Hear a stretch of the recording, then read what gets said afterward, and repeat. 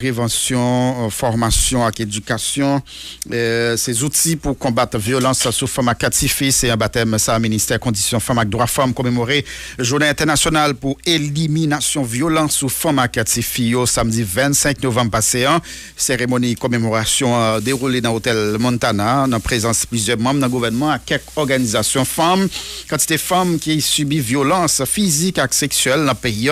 pas pitié, d'après ministre conditions femmes qui fait connaître mesdames yo subit violence à tous côtés tant qu'on a travail dans l'école dans famille et dans l'administration publique là docteur Sophia Laureus rappelé ministère l'a pas dirigé a déjà initié plusieurs consultations pour permettre à l'autorité yo adopter un ensemble texte juridique qui gagne à toute forme de violence femme activité a pas subi un côté discours ou bien yo bout dans discours docteur Sophia Laureus dans micro Jefferson Philogène.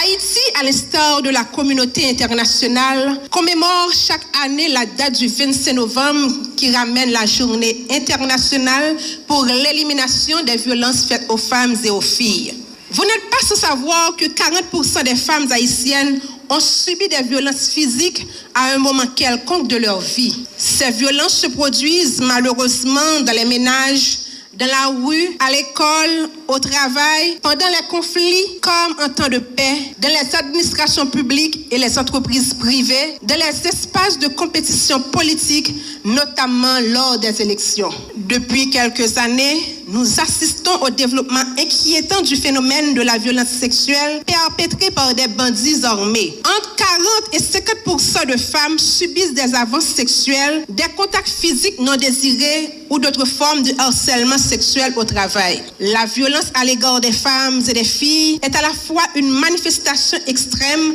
de l'inégalité et de la discrimination fondée sur le genre. Elle est un outil terrible utilisé pour préserver le statut d'infériorité des femmes, tant dans le droit que dans les faits. Aucune femme ou fille n'est totalement à l'abri de cette pandémie mondiale. Pour sensibiliser les populations sur l'ampleur du phénomène et ses conséquences néfastes sur la vie des femmes et des filles, les féministes, notamment celles de l'Amérique latine, ont choisi en 1981 la date du 25 novembre comme journée de lutte contre la violence en mémoire des 3 sœurs Mirabal, militantes contre le régime dictatorial de Rafael Trujillo, qui furent brutalement assassinées en République dominicaine le 25 novembre 1960 sur les ordres du chef de l'État. Le 17 décembre 1999, la résolution 48/104 de l'Assemblée des Nations Unies a fixé le 25 novembre comme la journée internationale de lutte contre les violences faites aux femmes et aux filles. La protection des femmes en particulier et celle des filles est une question de justice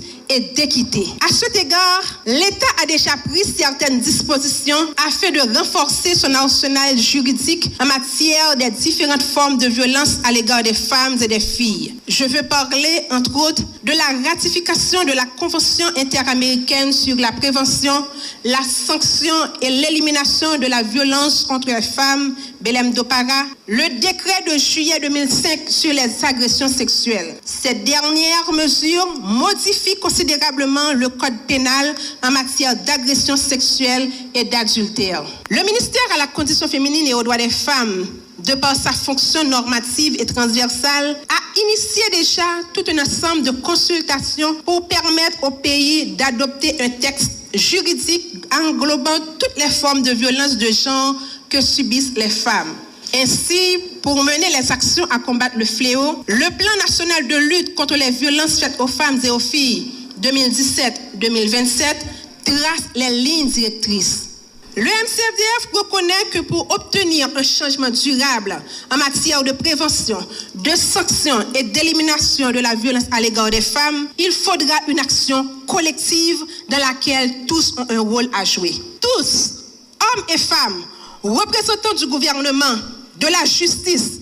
agents de la force publique, société civile, secteur privé et organisations internationales doivent y prendre part. En tant qu'organe central de l'État chargé de concevoir, de définir, d'appliquer et de faire appliquer les politiques publiques en matière des droits des femmes,